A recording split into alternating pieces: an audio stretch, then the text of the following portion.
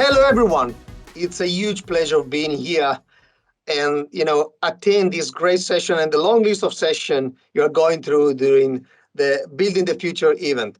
So I wish you the best for your next step within the IoT world. And just let's talk about first step within the IoT world. But first, before than that, let's introduce ourselves. My name is Graziano Galante. I'm part of the Global Partner Solution team in EMEA based in Munich. Martin, do you want to introduce yourself? Oh, thank you, Graziano. My name is Maarten Struijs. I'm part of the same team, but I'm based in the Netherlands, and we're building solutions together with partners. Graziano, take it away. Absolutely. Thank you so much. So today we would like to discuss with you and to show you in real, with a real demo, what we did working with a great partner of ours, NXP. Before going there, though, it's always important to remind how valuable the loop between customers, operation, product, and partners is when talking IoT. It's not a game where you can play alone. It's a game where we need cooperation and we need expertise within different domains. This is where we see things going in the right direction when talking IoT. However, all we know that IoT is not an easy game. It's the combination of different things, starting from the field, the edge, up to the cloud with all what's in between. Thankfully, working with the right partner, with the right tool, we can actually simplify IoT, which is extremely important when talking about the go-to-market strategies. Every customer is looking for better product, better solution in the right time. So let's go then talking about the solution we have in mind for you today. It is basically a solution we started discussing with our partner NXP, as I mentioned, because we wanted to simplify part of the ecosystem that is in place today within the EV charging domain. It's extremely complicated, semi-fragmented, very regulated. The regulation is always there. And of course, we need to keep every single thing into account. But we wanted to build something that was basically giving flexibility to the end user, up to the grid operator, or to the user in general who is going to interact with the solution according to the specific profile. And we wanted to give some business value coming from energy consumption reduction, cost optimization, and of course, a better time to market. Because I don't want to spend too many words on something that is not pragmatic enough, if we want to go seeing the real stuff, the real thing, I would like to invite, Martin on giving us a very high-level overview of the entire solution, which starts from the thing up to the cloud, and then we go into a demo. Martin, you want to lead the discussion? Oh, absolutely. So what we're going to see in just a minute is something called a solution, well, an EV charging solution based on our Azure RTOS operating system, which is a real-time operating system. We're going to run on some real hardware. This is the hardware we're going to run on. On the back side, you see even like a touch screen, which I'm not going to show, but that's the operating panel, what we're going to use later on. And what I'm going to do now is I'm going to share my screen, and we're going to just, take a look at this in action. Get rid of that error there, and I need to close down one application here because we need that little later on, but I need to reinitialize that. But what I'm going to show is an IoT Central application, which is a platform as a service type of solution, or APaaS as we call that, an application platform as a service solution. And in order to show you, like a flying start, I'm going to browse to an empty page, and I already got a URL to an IoT Central template. And we're going to build an application from scratch right now. So this is, like there's a custom application name here, but I like to have my own name, of course. So this is Graziano's demo.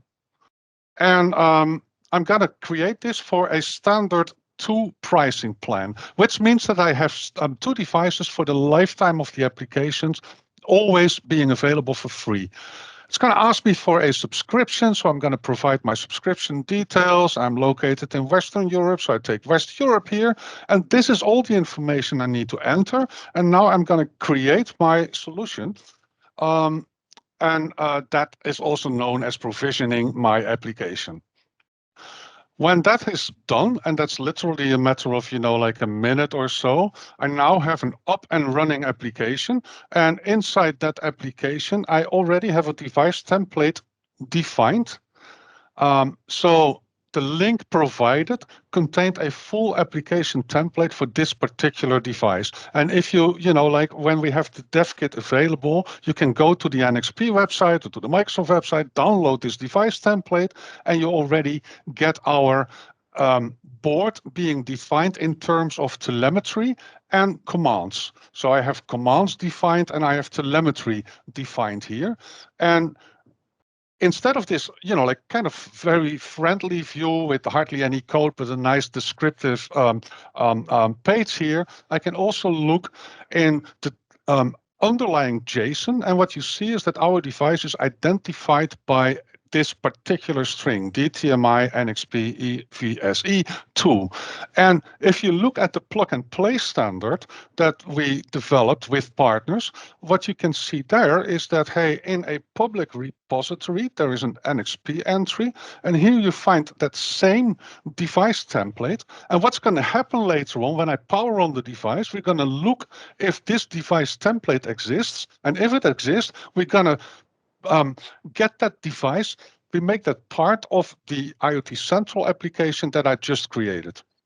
In order to do that, I need to do a couple of steps here. So on my device, inside my device application, or my IoT Central application, that is, what I need to do is the following. I need to make sure that the devices that I'm going to use are able to connect to this application. For that, I go here to administration, to device connection, and inside device connection here, what will happen is the following. Well, if my internet connection here is cooperating, that is, it's taking some time right now.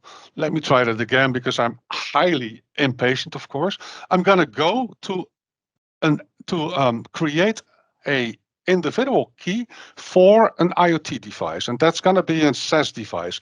In like in real life for mass deployments, you probably want to use X509 certificates. But for now, what I'm going to do is I'm copying this ID scope that uniquely identifies our IoT Central application. I'm going to make sure to put that into Notepad here. The other thing I'm going to do is I'm going to copy this primary key. And using this primary key, we're going to create a device key later on to identify our individual device. So I'm going to copy this here as well. And in order to identify our device, one more thing is needed, and that is an ID of the device itself being written in software or being available in software. So if I look in my MCU Espresso development environment, I can see that I already defined my device as being Martin's EVSE device, and it's going to run on Graziano's solution. So that's kind of interesting there. Oh yeah, good luck. Well, it's so if I'm important allowed, Graziano. Oh yeah, super excited about that. But it's even important to mention that those are manual steps needed just because it's a demo. But in real life, this will be all addressed by the device provisioning services that Microsoft offer to connect the device automatically, basically, to the right IoT Central application. So it's all something that basically will be transparent to the end user. I might say it right, Martin. It's absolutely 100% right. And the next step that we need to do, because, like this is a 10-minute demo, so I need to make sure that we fit into 10 minutes, is make a device key, a SaaS key, for our particular device. And here's, like a description of how you can do that in SaaS Enrollment Group. And what I need to do is provide a command through the Azure command line interface. So I'm just going to copy that. I'm going to go to a command prompt here. I'm going to paste that in. And the first thing that's asked is the device ID here. So instead of, like having that or what I'm going to enter here, that's how I should say that, is that device ID, Martin's EVSE device, that I just copied prior. So I'm going to paste that in here. And I also need a primary key enrollment group. Well, I copied that as well from that IoT Central application. So I'm going to take this one here, going to go back to my notepad, and this is that enrollment group. So here we go with that one. going to paste that in here as well. And what I get in return will be a key, a SAS key for an individual device. And this is that particular SAS key. I'm going to copy that, going to put that inside my application's firmware. So here inside my firmware, I have a configuration file where I need to provide a symmetric key, and that's the one I just copied. I also need this ID scope, and the ID scope, as I explained before, is a unique identification of our IoT central application. I'm going to copy that one in here as well. And what's going to happen when I power on the device later on is the following. And sorry that I'm out of my video, but I needed to connect the device to internet real quickly. But what's going to happen here is that the device will go out to the internet and it will go to this particular URL. It's going to provide this information, and this information, so both the ID scope, the registration ID, and the symmetric key, and then that device provisioning service will tell the device like, hey, I recognize you, you need to connect to Graziano's IoT Central application. And that's the thing we're going to do right now. In order to do that, I'm going to save all my files here. I'm also going to make sure to build my solution. We're going to wait for that. So I'm just rebuilding my entire firmware here. And I get a few warnings. I'm just ignoring them for right now for the demo. And the next thing I'm going to do is I'm going to power on my device. And the device is now booting. It's going to get into an initial status. And you see here a Explorer window popping up. This is pointing to the device, and I could just copy a binary file here, or I can start a debugger from inside my MCU Espresso development environment. And that's what I'm going to do now. So I'm going to start a debugging session where the device is connected through USB to my development environment. And once the firmware is downloaded, and that's happening right now, once that has happened, I will stop at an automatic breakpoint in the main entry point of my solution. And again, this is running on top of Azure RTOS as an operating system. We do some low-level initialization, and what I also want to make sure of is that I can take a look at the device in action. For that, I need a terminal. Here is my terminal. I'm going to initialize that as a serial port, but the serial port should not be COM7, but it should be COM3. And you see some funny things happening here already, but now if I'm going to continue debugging, and now I need to have the right windows open as well, I want to see my IoT Central application, or rather Graziano's IoT Central application. What you can see here is that I have a device template, but I don't have an active device. We're going to change that by just powering up our device. So I'm going to continue running on my device. I'm going to make this small, and we're going to take a look what's happening. And what you can see now is that DPS or provisioning service is reaching out. It's saying like, hey, I have an IoT plug and play device. It has that particular ID that I showed you before. And the device gets back from the device provisioning service like, okay, you can connect to Graziano's IoT Central application, all in a secure manner, and it's already sending telemetry data. So in a few minutes, we are up and running. And if I refresh my application right now, what you will see is that, hey, we have a new device. The device is sending raw data already. It was connected just a minute ago. And I can also take a look at the user interface of the device. It's already sending data. There's even mapping information, the location where the EV charger is located. And I can also send commands, for instance, to terminate a charging cycle.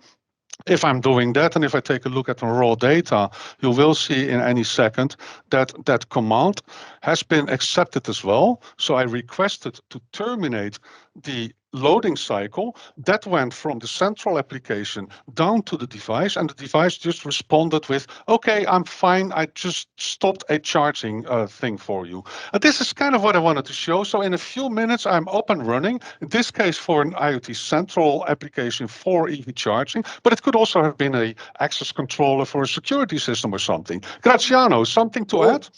Super excited. Well, it's exciting to see an application basically coming from, a device kit in this moment not only being a demo kit, but really being a real product that customer can use in real production environment. And just as a kind of recap of what we saw, the device Martin was basically using for bringing the application to life is exactly what you have in front of you.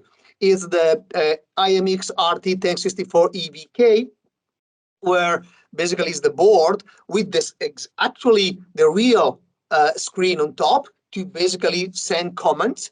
And on top of this board, you have other serial devices useful to understand how much kilowatt per hour are we consuming or saving when using the device. There is, of course, a security SE 050 EVK2, because security is king here. Always when talking IoT, security is the first thing you have to keep in mind. And moreover, of course, last but not least, an FC module to basically connect the application to your mobile device and use it when you're around. It's incredible to see how Microsoft and NSP has worked together to bring you something that you can bring to your existing environment, and in a matter of minutes, you can basically be online in a secure way and start getting data, which is the real value, the real goal of solution like this. That said, we hope you have enjoyed the few minutes we have spent together, but please, in case you want to go deeper, just send a mail to your Microsoft contact. We will be super happy to jump into a call with all of you. Stay safe. Thank you.